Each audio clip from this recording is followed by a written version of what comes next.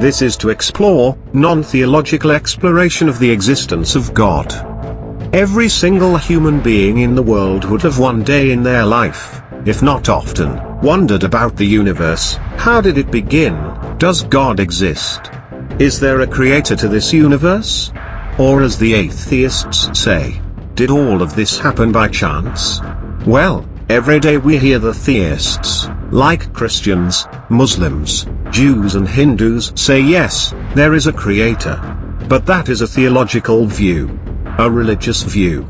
Are there any scientific evidence for the existence of a creator? Is there even a chance, or has science proven that there is no creator? And that the universe came to be, as it is now, purely by chance? Have you ever pondered over this question? Sure you have. Let's do a bit of research. Even if we can show that something created the universe, how do we know that it created us on purpose? Couldn't we just be an accident? Is there any reason to believe that the universe isn't just random? How do we know that we are not just a cosmic hiccup? Recent research in cosmology has shown that the universe has to have a specific set of conditions in order for it to sustain life.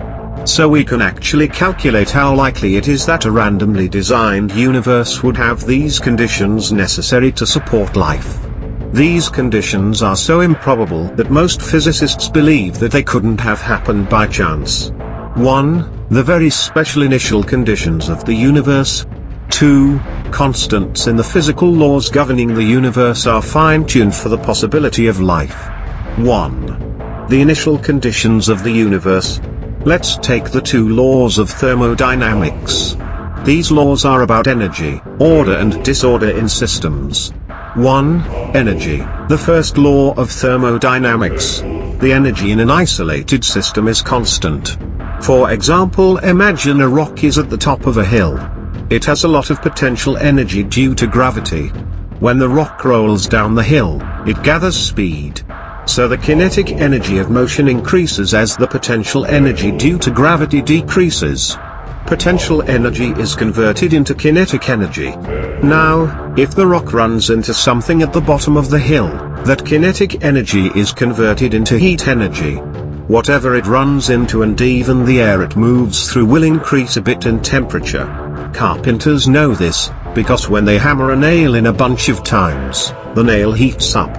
Energy can change form, but the total in a closed system remains constant. 2. Entropy, the second law of thermodynamics. Entropy is a measure of the disorder in a system.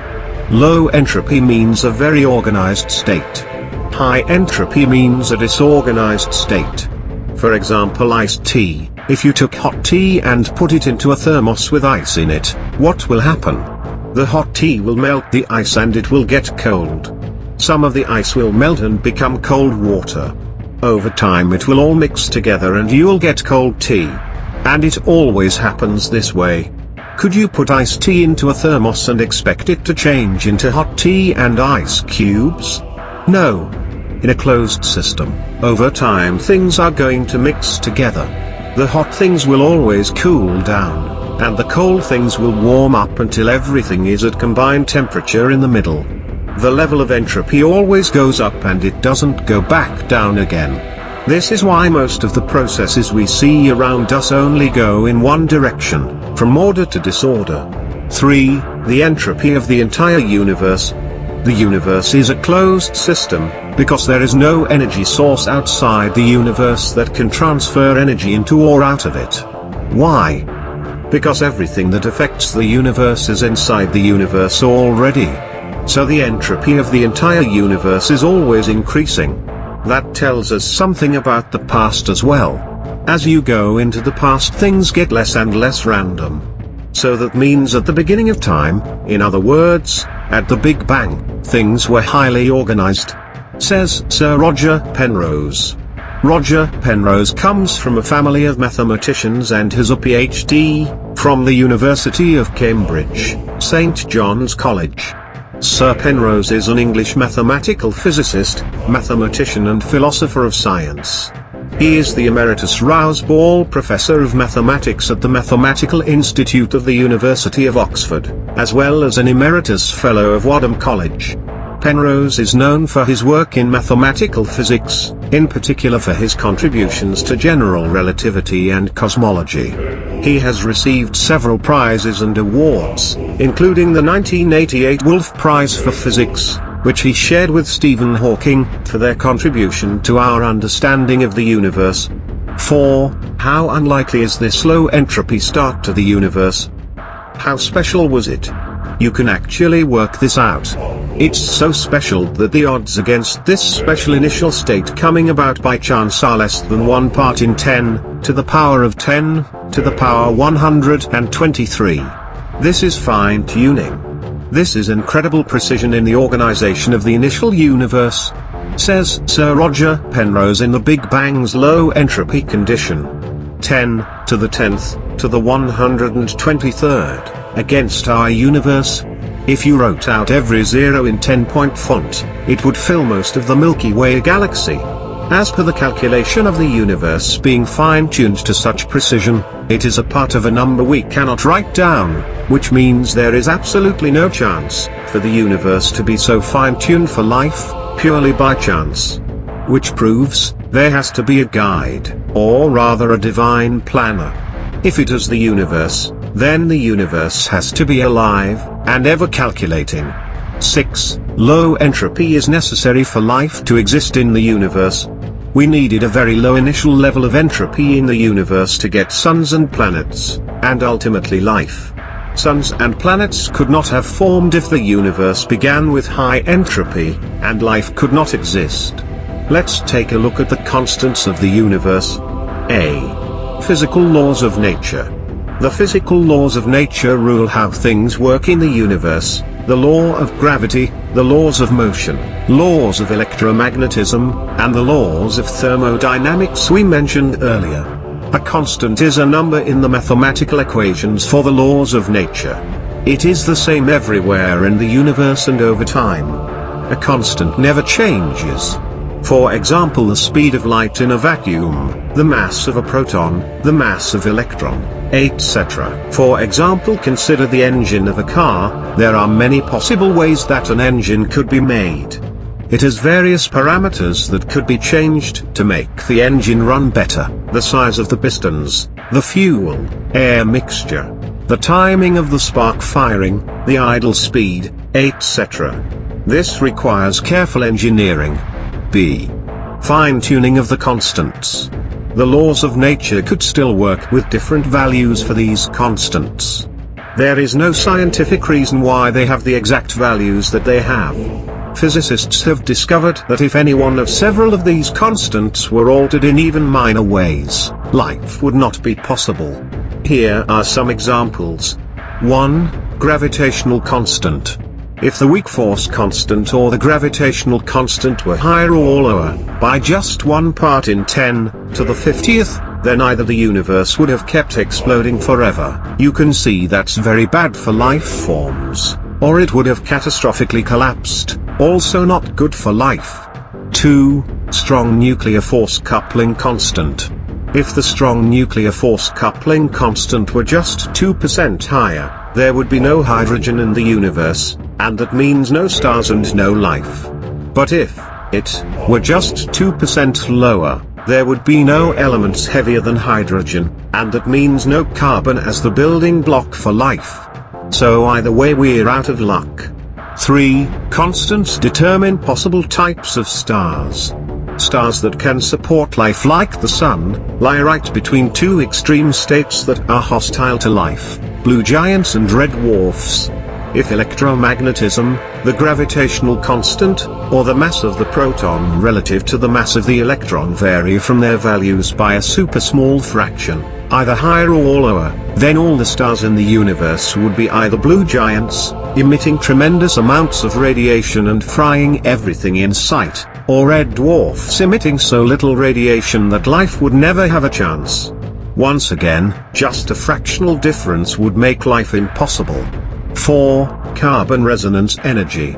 Just take a look at this profound statement made by Sir Fred Hoyle, who was a renowned atheist, and a most respected English astronomer who formulated the theory of stellar nucleosynthesis. finely tuned resonance energy of carbon was necessary for carbon-based life forms to exist. A common-sense interpretation of the facts suggests that a superintellect has monkeyed with physics, as well as with chemistry and biology, and that there are no blind forces worth speaking about in nature.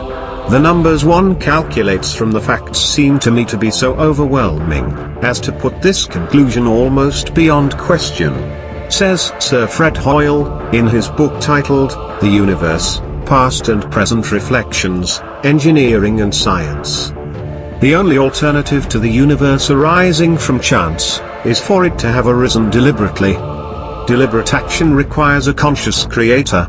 And for those who are still tempted to conclude that our universe is just the result of a very extremely improbable accident, try to think of the improbable chance calculated by Sir Penrose. Think of this number. The accuracy for the universe to support life as it does, has to be accurate to 1 part in 10, to the power of 10, to the power of 123, that is 1 followed by 10, to the 123rd power zeros. Do you understand this number? Even Sir Penrose goes on to explain in his own words, that is a number which it would be impossible to write out in the usual decimal way, because even if you were able to put a zero on every particle in the universe, there would not even be enough particles to do the job. As argued by Klaus Landsman, the education coordinator, master mathematics and professor at the Radboud University, he says that this number calculated by Sir Roger Penrose is arguably the largest number ever conceived by human beings. Thus, the chance of the universe coming to be by chance is so thin, it will be the smallest chance calculated as a probability ever to be understood by humans. That is, if we ever did understand how small that chance is. Moving from fundamental forces to initial conditions, the solar system seems fine-tuned for life in various ways, most notably in the distance between the Sun and the Earth. If this had been greater, or smaller, by at most a few percent, it would have been too cold, or too hot, for at least complex life to develop. Furthermore, to that effect the solar system must remain stable for billions of years, and after the first billion years or so, the Earth should not be hit by comets or asteroids too often. Still wondering? Have you just received too much information? Let's look at a simple argument put forth by Professor Landsman. If a dice is tossed a large number of times and the number 2 comes up every time, one would expect the dice to be loaded, or the person who cast it to be a very skillful conman. Once again, each outcome was assumed equally likely. For a pair of dice to show 2 the first time, that would be the probability of 1 part of 12. For this to happen twice, that would be 1 part of 144.